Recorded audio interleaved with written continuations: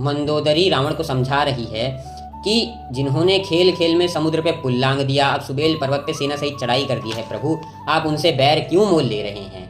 जय श्री राम। दोस्तों, आज हम लोग श्री रामचरितमानस लंका कांड चौपाई नंबर 37 और 38 पे हैं।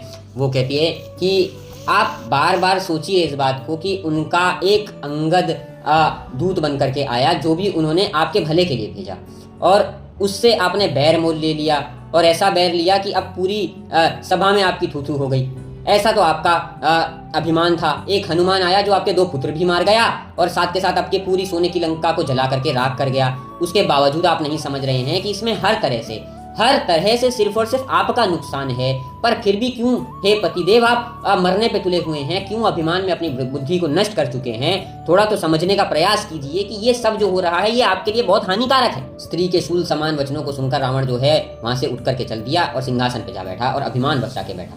दूसरी ओर रामचंद्र जी अंगद जी से बोलते हैं कि हे तात, मुझे ये बताओ कि आपने रावण का ये जो मुकुट फेंका है, ये पूरी कथा का विस्तार से वर्णन करो कि ये सब हुआ कैसे। अब अंगद जी बोलते हैं कि प्रभु, राजा के 4 गुण होते हैं जो धर्म से उसके अंदर ही वास करते हैं, साम दाम दंड भेद।